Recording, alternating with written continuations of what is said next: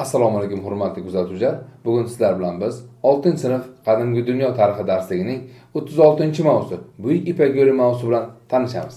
Buyuk Ipak yo'li miloddan avvalgi 2-asrda paydo bo'lib, milodiy 16-asrgacha Sharq va G'arb o'rtasidagi tarixiy, madaniy va savdo munosabatidan taraqqiyotga sababchi bo'lgan buyuk yo'llardan biri sanaladi. Ushbu yo'l tarixda Buyuk Meridian yo'li deb atalgan. Ammo keyinchalik nemis geografi Richthofen tomonidan 1877-yilda Ipak yo'li degan nom beriladi. Manbalarda hozirgi kunda Buyuk Ipak yo'li deb e'tirof etiladi. Buyuk Ipak yo'li O'rta Osiyo va Qadim Sharq hududidagi savdo, madaniy ayirboshlashning muhim yo'li sanalgan. Buyuk Ipak yo'lining uzunligi taxminan 12,000 kilometrni tashkil qiladi. U Xitoydagi Sariq dengiz sohillaridan boshlab Sharqiy Turkiston, O'rta Osiyo, Eron, Mesopotamiya va O'rta Yer dengizgacha bo'lgan hududdagi davlatlar va yirik shaharlarni bog'lagan.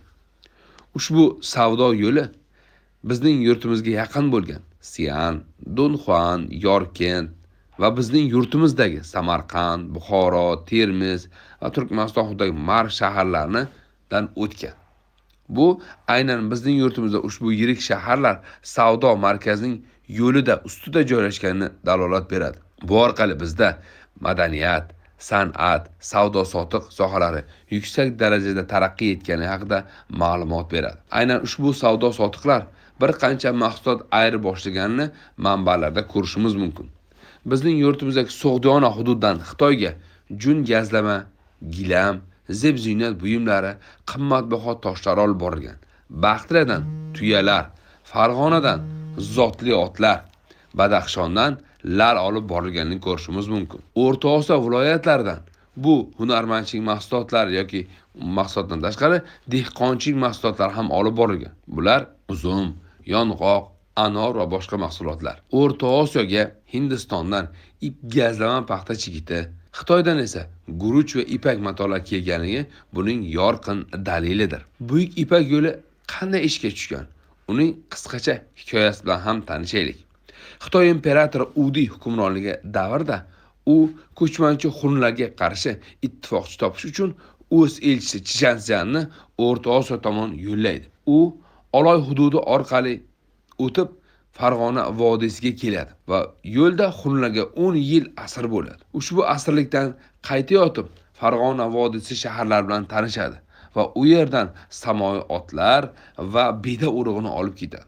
Va aynan Chjanzyan yurgan yo'l keyinchalik Buyuk Ipak yo'li uchun asos bo'ladi. Va aynan Xitoyda Farg'onaning otlari ham keng tarqalishiga sababchi bo'ladi.